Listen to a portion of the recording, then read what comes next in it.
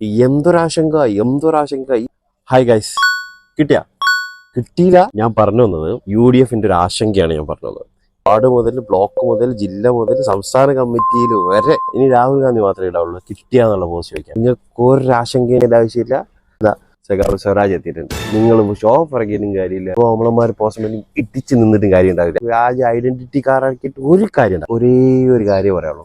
എന്താ പറയാ, ഓനെ വല്ലാണ്ട് നിങ്ങൾ ശുണ്ടി പിടിപ്പിക്കാൻ നിൽക്കണ്ട. അതോടൊപ്പം ചില കാര്യങ്ങൾ പറയാണ്ട്. ഈ രാഷ്ട്രീയ കൗമാരത്തിന് കാണിക്കുന്ന ഒരു പേരുന്നൊരു PV നവാസ ഓരോ പ്രസ്ഥാനങ്ങൾ കേട്ടായിരുന്നു. പലസ്തീൻ അനുകൂല പോസ്റ്റ് ന്യൂനപക്ഷങ്ങളെ ഇക്കിളിപ്പെടുത്താനുള്ളതാണെന്ന്. പൊന്നു നവാസെ, നിന്റെ ഇക്കിളിപ്പെടുത്തൽ മുത്തുച്ചിപ്പയേക്കാളും കൂടിയിട്ടാണ് ഈ ഹരിത സംഘടന. അത് നമ്മളെ കൊണ്ട് പറയിപ്പിക്കാൻ നിൽക്കണ്ടോ. പിന്നെ നിന്നോട് ആരാണ് പറഞ്ഞത് ഫലസ്തീൻ അനുകൂല പോസ്റ്റ് ന്യൂനപക്ഷ അനുകൂല പോസ്റ്റാണ്? ഇവിടെ ഫലസ്തീൻ അനുകൂല പോസ്റ്റ് ഒരു സമുദായത്തിന്റെ പ്രശ്നമല്ല, മാനവികതയുടെ പ്രശ്നമാണ്, സാമ്രാജ്യത്തെ അജണ്ടയുടെ പ്രശ്നമാണ്. അങ്ങനെ ഉണ്ടെങ്കിൽ സ്വരാജിന് പോസ്റ്റ് ഇടാൻ പറ്റില്ലല്ലോ.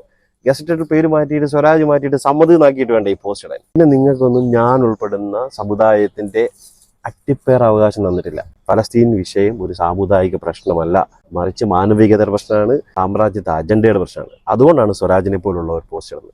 മലയാള മനസ്സിന് കൃത്യമായി അറിയാം, നിലമ്പൂർ കുറച്ചെങ്കിലും ആര്യാടൻ ഷൗക്കത്തിന് വോട്ട് പിടിക്കണമെങ്കിൽ മുസ്ലിം ലീഗിൽ അത്രയേറെ കോൺട്രിബ്യൂഷൻ ആവശ്യമാണ്.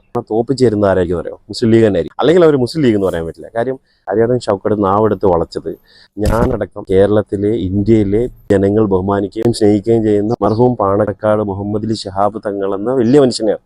ആ കുടുംബത്തിനെ ആത്മീയ തട്ടിപ്പ് നടത്തുന്ന കുടുംബമാണെന്നും ആത്മീയ തട്ടിപ്പ് നടത്തുന്ന ആളാണെന്ന് പറഞ്ഞ് നടന്ന ആര്യാടൻ ഷൗക്കത്താണ് രാജിനെ സ്ഥാനാർത്ഥിയായി അനൗൺസ് ചെയ്തതിനു ശേഷം ഒരു സ്റ്റാറ്റസ് കണ്ടിട്ട് ഇന്ന് എൻ്റെ ഒരു സുഹൃത്ത് രാവിലെ എനിക്ക് മെസ്സേജ് അയക്കാണ്, ഇത്രയും ദിവസം എടുത്തോ നിങ്ങൾ ഈ സ്ഥാനാർത്ഥി അനൗൺസ് ചെയ്യാൻ വേണ്ടിയിട്ട്. ഒരൊറ്റ മറുപടി, CPMന്റെ അല്ലെങ്കിൽ LDFന്റെ സ്ഥാനാർത്ഥി നിർണയം ഏതെങ്കിലും അരമനകളിൽ നിന്നോ മുസ്ലിം ജമാഅത്ത് കമ്മിറ്റിയിൽ നിന്നോ അല്ലെങ്കിൽ അമ്പല കമ്മിറ്റിയിൽ നിന്നോ കുറിപ്പിൽ എഴുതി മടക്കി കൊടുക്കുന്ന പേപ്പർ എടുത്തിട്ട് പൊതുസഭയിൽ വന്ന് വായിക്കുന്ന പേരല്ല.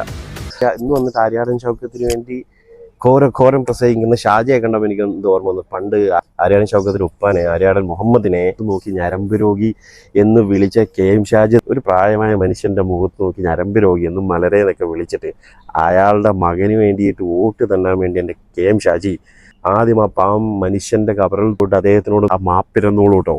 ഈ തവണത്തെ നിലമ്പൂരിലെ MLA ആയി നിയുക്ത മന്ത്രിയായിട്ട് നിത്യപ്രതിജ്ഞ ചെയ്യാൻ പോവാണ് ഇവിടെയൊക്കെ മെസ്സിയായ M സ്വരാജ്.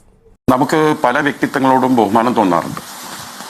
അവരുടെ ചില സ്റ്റാൻഡ്സ് കാണുമ്പോഴാണ് നമുക്ക് അങ്ങനെ തോന്നാറ്. അത്തരത്തിൽ വ്യക്തിപരമായി ഞാൻ ഏറെ ഇഷ്ടപ്പെടുന്ന ഒരു നേതാവാണ് M സ്വരാജ്.